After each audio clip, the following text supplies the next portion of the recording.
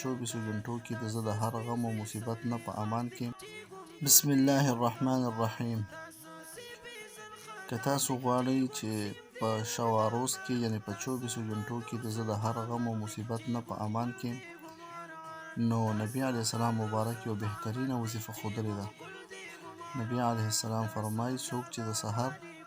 او د ماښام د مانځه نه بعد سحر او ماښام آیت الکرسي او د سورې مؤمن اولني 3 آیتونه یعنی حامیم تنزیل الکتاب من الله العزیز العلیم غافر الذنب وقابل التوب شدید العقاب ذی الطول دا ولولي، نو د سحر چې ولولي تر ماښامه پورې به دته څه غم نه راپېښېږي او ماښام چې ولولي تر سحره به ورته څه غم نه راپېښېږي. او په یو روایت کې دا هم راغلی دي چې سحر یې ولولي تر ماښامه پورې به داسې کار دی نه ګوري چې هغه دې بد ګڼي،